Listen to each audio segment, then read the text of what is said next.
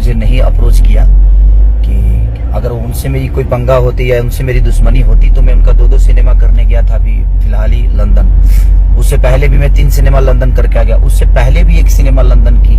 बहुत सारी सिनेमा मैं उनके साथ किया हूँ। तो ऐसा कुछ नहीं है, वो गार्जियन है और मुझे शुभकामना है उनके लिए कि ऐसी फिल्म ही एक ऐसा है कि इंटरनेशनल अवार्ड शो कराते हैं वो, और हमेशा कराते हैं। सबको सम्मान अपने इंडिया से बाहर जाके देते हैं और पाते भी हैं। तो उनका कोई इसमें दोष नहीं है।